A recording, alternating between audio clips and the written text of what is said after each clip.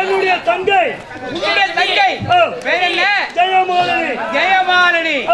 Silent sir, அமைதியா இருக்கணும். ஜெயமாலினி. ஆமா, ஓல்டு அம்பாசிடர் ராத்திரில நிக்க வச்சுட்டு காலையில காட்டி ஈட்டர் போட்டு செல் போட்ட சுத்துவாங்க. இங்க அம்மா பெல்லு தளபதியாரே வந்திருப்பது நீதிமன்றம். இந்த நீதிமன்றத்திலே எந்த ஒப்பாரி இருக்கக்கூடாது. என்ன நடந்தது விளக்கம் தேவை. நான் எப்படி மன்னா சொல்றது? எதுவா இருந்தாலும் வாயாலே சொல்லு. அப்படியா மன்னா? என்ன உனது மகனோட வீட்டு நாடி வந்தார். அவர் வந்து நேரம் என்ன தெரியுமா? என்ன நேரம்? 12 மணி 10 நிமிடம் நாளோடு. என்னது 12 மணி 10 நிமிடம் நொடி நாளா? ஆமா, நொடியை கூட சரியான முறையில் கவனம் வச்சிருந்து இருந்த நீதிமன்றம் ஒரு பெண்ணான தாய்கள் சொல்றான்னா சொல்றது உண்மையதான் இருக்கும். ஆமா, வந்தவர் எப்படி தெரியுமா வந்தார்? எப்படி வந்தார்? வந்தவர் குடி போதையில் வந்தார். அப்பா எப்படி கத்துக்கிட்ட? கவனம் கதிய ஐயா, வாதி பிரதிவாதி ரெண்டு பேரும் விசாரணை செய்து பிறகுதான் தீர்ப்பு சொல்லவே தவிர வாதி பேச்சை மட்டும் ஒரு அவதூறான வழக்கு ஏற்படக்கூடாது. ஏன்னாக்கா சாரீரம் இல்லாத சங்கீதம் சரி சாட்சி இல்லாத வழக்கு சபைக்கு ஈடேறாது. அரச பரம்பரை கருத்து நாட்டு இளவரசி இவரா மது பழக்க சத்தியமா கிடையாது. உண்மை உண்மை உண்மை மன்னா, மது சத்தியமா சாப்பிட மாட்டார். பிராந்தி ஒன்னா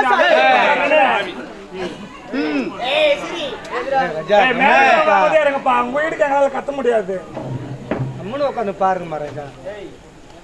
சொல்லு சொல்லு. அமைதி ஆயிட்டாங்க, நீங்க பேசுங்க. வந்தவர் கூட போதில் வந்தார். தண்ணீர் வேண்டும், தண்ணீர் கேட்டார். தண்ணீர் கொடுத்து தாகத்தை தீர்த்தேன். தானும் தீர்ந்தது. மோக பிறந்து விட்டது என்று என்னை கட்டி பிடித்து வலைக்கட்டாயமாக என் கற்பியை கேட்டு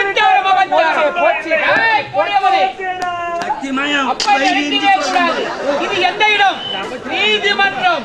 இந்த நீதிமன்றத்திலே தந்தை மகன் பார்த்து இருக்கவே கூடாது. நாட்டு மக்கள் ஒருவராக இருந்தால் என்ன, இந்நாட்டு மனிதன் மகனாக இருந்தால் என்ன, நீதி பொதுவானது. அதனால் இப்பேற்பட்ட தவறு செய்த குடியவருக்கு சரியான தண்டனை, மரண தண்டனை. அண்ணன் என்ன தவறு செய்தார்? அண்ணனுக்கு எதற்காக மரண தண்டனை கொடுத்தீங்க? என்ன தவறு செய்தார்? ஆமா, இங்க இருக்க தளபதியார் இவருடைய இல்லத்துக்கு சென்றவருடைய தங்கை கப்பு கிடைத்து விட்ட கொடிவனை நிச்சயமா இருக்காது. அண்ணன் அப்படிப்பட்ட தவறு செய்திருக்க மாட்டார். அண்ணனுக்கு தீர்ப்பு மாற்றி வழங்குங்கள். மாற்றி அமைக்க வேண்டுமா? ஆமா. இருவருக்கு என்ன உறவு? அண்ணன் தங்கை. சாட்சியல்லாது ஒதுங்கு. என்ன நம்முடைய மகன் என்னங்க தவறு செய்தார்? அவனுக்கு தூக்க தண்டனை மாற்றி அமைத்து விடுங்க. மாற்றி அமைக்க வேண்டும். ஆமாங்க, கொடுத்த தண்டனை மாற்ற வேண்டுமா? இருவருக்கு என்ன உறவு? நம்முடைய மகனை தாய்ப்பாது துடிக்கிறதா இருக்காதா? சாட்சி சொல்லாது ஒதுங்கு. என்றால் சண்முகா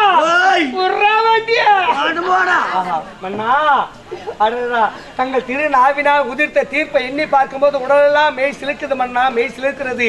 ஏன்னா காற்றின் திசையெல்லாம் வளைந்து கொடுப்பது நானால் மட்டுமே தவிர முன்னோர்கள் ஏற்படுத்தி கொடுத்த நியதி என்பது கிடையாது. இருப்பவன் இல்லாதவன், உயர்ந்தவன் தாழ்ந்தவன், ஏழை பணக்காரன் என்ற பாகுபாடு வித்தியாசம் இல்லாமல் நீதி என்பது அனைவருக்கும் பொதுவானது என்பது உறுதி செய்வதற்காக ஈண்டெடுத்த மகன் என்று பாராமல் தண்டனைக்கு சரியான தண்டனை கொடுத்திருந்தா.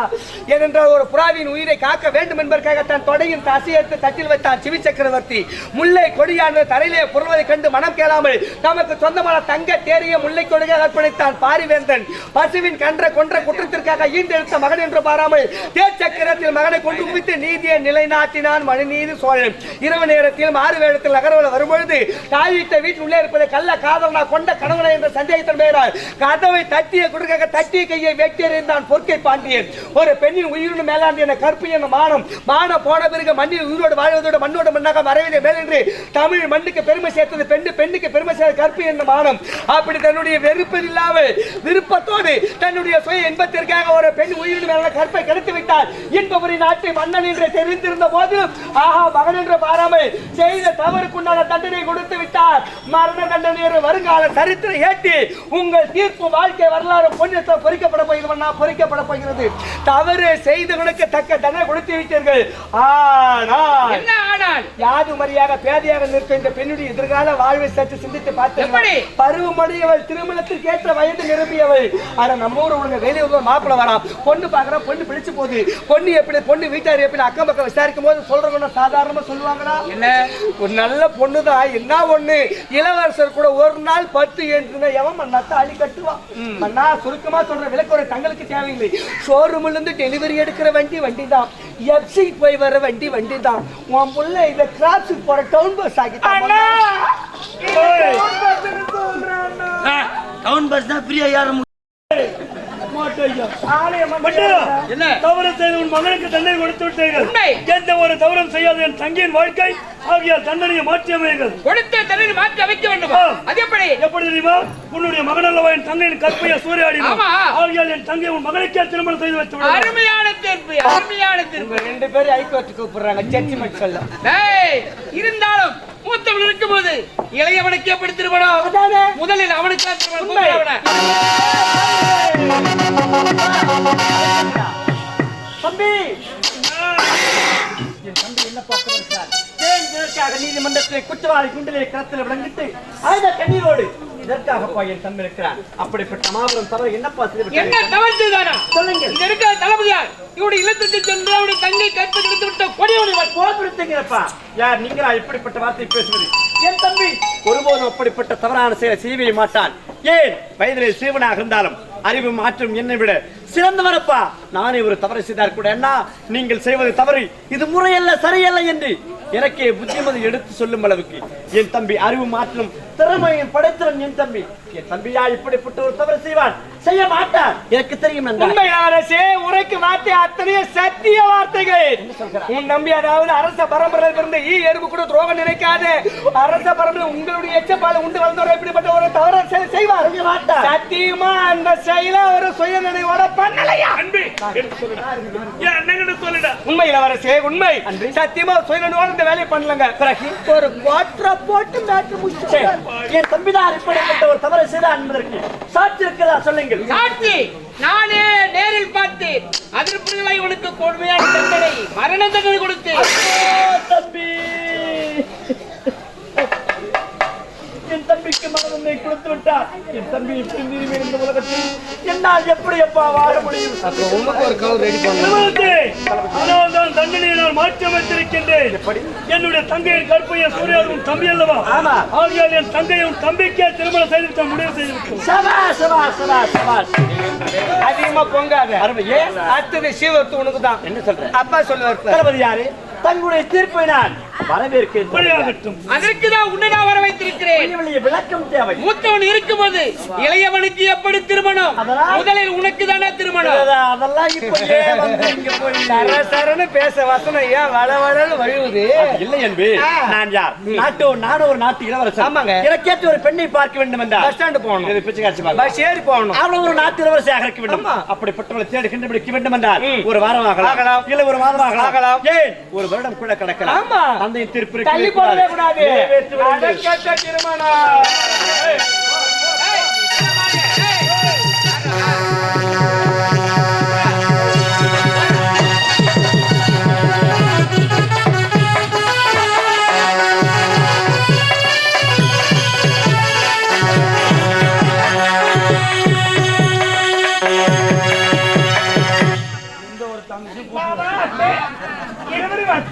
வாழ்க மணமக்கள், வாழ்க மணமக்கள், திருமணம் முடிந்தது. இருவருக்கு முதல்வர் ஏற்பாடு செய்தி. என்ன சொன்னீங்க? ஓடி மாமியார் முறுக்குன்றது. வணக்கம் மாமா. வழி தெரியாத வந்தவருக்கு அரண்மனைக்கு பார்த்து ஒரு கேடா என் முகத்தில் வைக்காத போய் விடுத்து விட்டு. கேவலம் போயும் என் தந்தையின் கொடுக்கும் ஊதியத்தில் உயிர் பிழைக்கக்கூடிய இந்நாட்டு தளபதி தங்கை என் தம்பிக்கு மனைவியா? வெட்கம் வேதனை. விடு பரவாயில்ல, விடு, நடந்து போச்சு. உன் தம்பியாவது பரவாயில்ல, அரண்மனையில் இருக்கக்கூடிய தளபதியா தங்கச்சி கை பிடிச்சார். கேவலம் இவர் ஒரு ஜென்மம் எந்த குப்பியை கிளறிங்க போ தெரியும். சுமார் என்ன சொல்றேன்? தளபதியாரே, உன்னை நான் நம்பவே மாட்டேன். நானே புறப்படுகிறேன். அந்த கருத்த முகமுடி எங்கிருந்தாலும் தேடி கண்டுபிடித்து கொண்டு வந்து அவனுக்கு சரியான தண்டனை நானே அளிக்கிறேன். வருகிறேன். இல்லைங்க தந்தை. ஏய், நான் ஒருவன் இருப்பதை மறந்து விட்டீர்களா? ஆணை எடுங்கள், புறப்படுகிறேன். அவன் எங்கிருந்தால் தேடி கண்டுபிடித்து வந்து தங்கள் பாதத்தில் ஒப்படைக்கிறேன். உண்மைதான் மகனே, நீ இருப்பதை மறந்தே போய்விட்டேன். மறைக்கவே கூடாது. புறப்படு, வெற்றியோடு வர வேண்டும், முகமுடியோடு வர வேண்டும். ஆகட்டும். பிடியடா வாளை. ஏய், தளபதி யாரே? நான் கருத்து மூடி தேடப் போகிறேன். நீங்கள் எனக்கு வாத்து சொல்லுங்கள் தளபதி. புறப்பட்டு சென்று வா, வெற்றியோடு திரும்புங்கள். நல்லது. போங்க போங்க போங்க போங்க போங்க. அடுத்த முகமுடி இருவரும் இங்கே இருக்கு. அந்த எங்க போய் தேட போறாரு? எவன்டா தேடி கண்டுபிடிக்க முடியும்? அதை சொல்லு. ஏய், எத்தனை காலங்கள் ஆனாலும் இந்த கருத்து முகமுடிய எவனாலும் கண்டுபிடிக்க முடியாது. வாடா. ஏய், அப்ப அந்த பாடுஸ் பசங்க நீங்க தானா?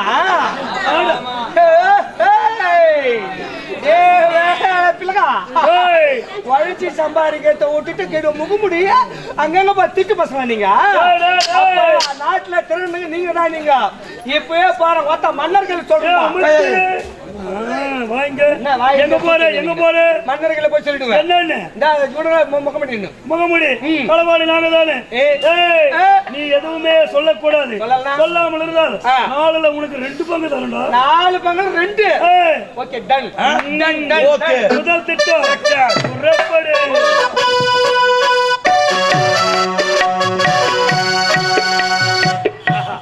எப்படியோ ஒன்றி திருமணம் முடிந்தது. இருந்தாலும் இன்று முதலிரவு என்னென்ன ஏற்பாடு செய்திருக்கிறாங்க? வணக்கம். திருமண நல்வாழ்த்துக்கள். நன்றி. கங்கராகுசன். கங்கராச்சுலேஷன்.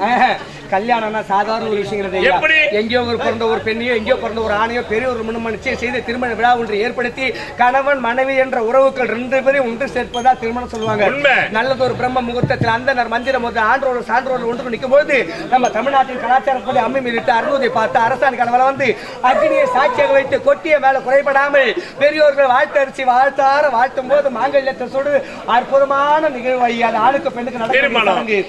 பூ என்ற ஓர் எழுத்தை எடுத்து நார் என்ற 2 எழுத்தில் சேர்த்து பூ மாலை என்ற 3 எழுத்தில் கோர்த்து கழுத்து என்ற 4 எழுத்தில் சூடி திருமணம் என்ற 5 எழுத்தில் நிச்சயிக்கப்பட்டு முதல் இரவு என்ற 6 எழுத்தில் இருவரும் சங்கமாகி இன்பம் இனிமை என்ற 7 எழுத்தை அனுபவித்து குடும்பம் வாழ்வு என்ற 8 எழுத்தில் ஈடுபட்டு தாய் சேய் தகப்பன் என்ற 9 எழுத்துக்கள் என்று ஒற்றுமை இருக்க வேண்டும் என்பதற்காக வந்த பெரியோர்கள் திருவாயினால் பல்லாண்டு பல்லாண்டு என 10 எழுத்துக்கள் வாழி வாழி என மனமாற வாழ்த்துறாங்க பார். அந்த வாழ்த்தாண்டு மேய்க்க வேண்டுமே தவிர ஒருபோதும் பொய்த்து விடக்கூடாது. 10 பொருத்தங்கள் பார்த்து 9 கிரகங்களை அறிந்து 8 திக்கில உறவனை வரவழைத்து 7 அடி எடுத்து வைத்து வந்தவர்களுக்கான சுவை உணவுபடைத்து பஞ்ச பூதங்களை சாட்சியாக கொண்டு 4 வேதங்களை மந்திரமாக ஓதி 3 முடிச்சில கழுத்தில் இட்டு 2 மனதையும் ஒன்றாக சேர்ப்பது திருமணம். அப்படிப்பட்ட கல்யாணம் இன்னைக்கு எவ்வளவு சீக்கிரமா செய்யணும்னு மனசால நினைச்சாலும் 3 லட்சம் ரூபாய் 4 லட்சம் ரூபாய் இல்லாம ஒரு கல்யாணத்தை பண்ண முடியாது. நீ கூறுவார் உண்மைதான். எளிமையா ஒரு கோவிலே திருமணம் செய்யல நினைச்சாலும் விலைவாசி 2 லட்சம் ரூபாய் ஆகும். ஆமாங்க, அப்படி 2 லட்சம் ரூபாய் செலவு செய்து செய்ய வேண்டிய கல்யாணத்தை வெறும் 145 ரூபாயில முடிச்சுட்டு போயிருங்க.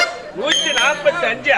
என்னடா 5 ஒரு சொச்சமா சொல்ற? அரசாங்கம் நிர்ணயிக்கப்பட்ட விலை என்னமோ 140 தான். அட்டை போட்டிலிருந்து எடுத்து கொடுக்கறது அம்மா தாலியா இருக்கா? எனக்கு புரியல. புரியல மாதிரி விளக்கமா சொல்றேன். புரியலையா? அது போட்டி நடுப்படுத்தீங்க. நான் ஒண்ணுமே பண்ணலடா. எனக்கு தெரியுமே. இப்ப இல்ல, எப்பவுமே நீ ஒண்ணு பண்ண போறது இல்ல. மருமகளி மருமகளி இங்க வீட்டு மருமகளி வாழ வந்த திருமகளி. பால் கொடுத்திருக்காங்களா? ஆமாங்க. பால் நான் உள்ள சூடா இருக்கு. மாடு வெயில்ல நின்னு நீங்க இருக்க வேண்டிய ஆளே கிடையாது. அருமையான பால். எருமாட்டு பால். என்னங்க ஜெயமலனி, உங்க மனதார வாழ்த்துங்க. வாழ்க வாழ்க என்று மனதார வாழ்த்துகிறேன். நாம் இருவருக்கும் திருமணம் முடிந்தது. இருந்தாலும் நாம் இருவரும் சந்தோஷமாக இருக்க வேண்டும்.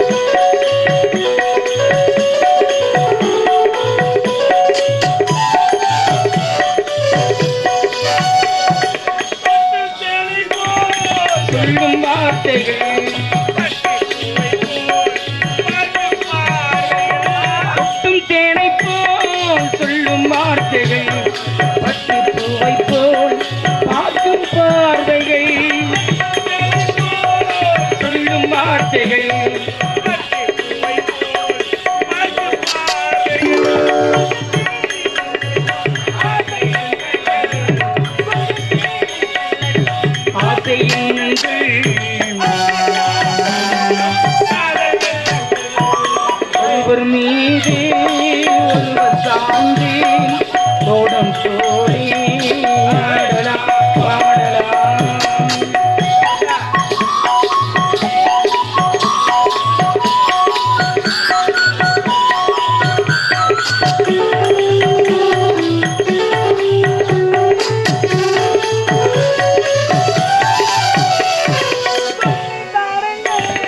பள்ளி பாடுங்கள்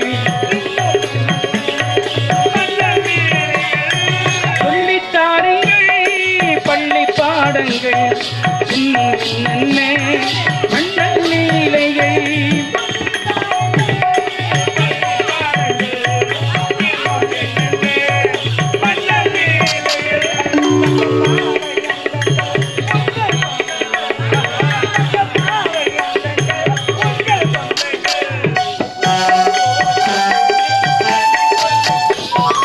ஒருவர் மீது ஒருவர் சாய்ந்து ஓடம் தோழி